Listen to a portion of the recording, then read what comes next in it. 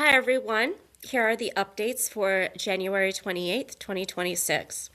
So starting off with the new interface and user experience for the Symphony whiteboard. So this includes the floating toolbar menu where all of the tools are accessible through there. And then also we have modified the main menu here. So our hamburger menu has changed, as well as page features and the page switcher and additions of pages. Some of the other things that we have done is we have created 18 built-in templates that are dynamic to use. So when I select my templates, you can see we had the last release, I believe we only had 6. So now we have 18 different templates to choose from, all of which can be edited once added to the page. They are also divided into different categories for easier use by the teacher. Additionally, we have added emoji reactions to the sticky notes. So in selecting the sticky note and then choosing the emoji, I can then add in different emojis to that sticky note. Other items we've included are the swipe erase with your palm. So if I add an annotation to my screen, and then rather than having to go back and select my eraser tool, I can use my palm to erase on the screen. We've also added the ability to delete objects using the backspace key. So if I select my object here, I am using this on my laptop, so selecting backspace will now delete said object.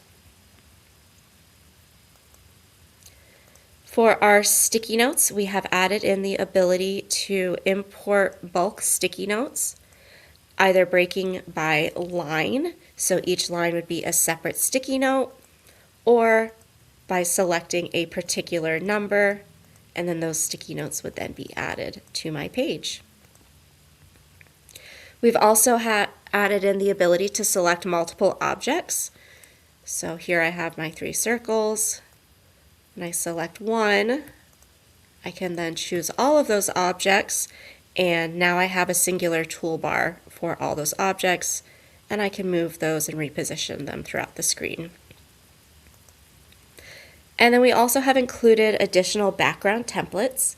So we have our color templates that can be applied to all pages. And then the background templates, we have a wide array of different backgrounds divided into various categories. Again, those backgrounds can be applied to singular pages, or I can choose apply all and add them to the entire presentation.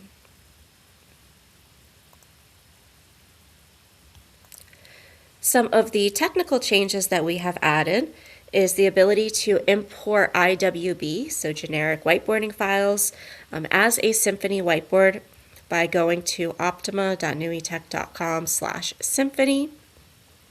We've also improved our language support, so we now support 27 languages for the user interface.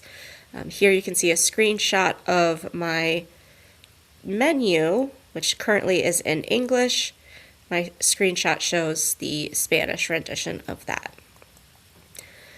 We've also done technical improvements on the ability to run Symphony offline, as well as adding the ability to switch to a different pen or highlighter when using the opposite end of the active pen.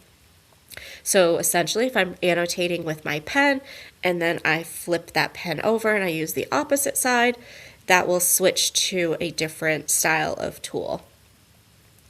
Additionally, we've added the ability to upload and download files on Android. We have continued to improve the user experience with the managing cookies on optoma.nuiteq.com. So this is going to allow users to choose non-essential cookies to disable. We have also updated the name of the app to be Whiteboard 2 and have included an updated icon. This is in the APK version. And we have updated our email and AWS libraries for continued security and compliance. So we're very excited about these new updates. We look forward to hearing from you soon. Have a great day.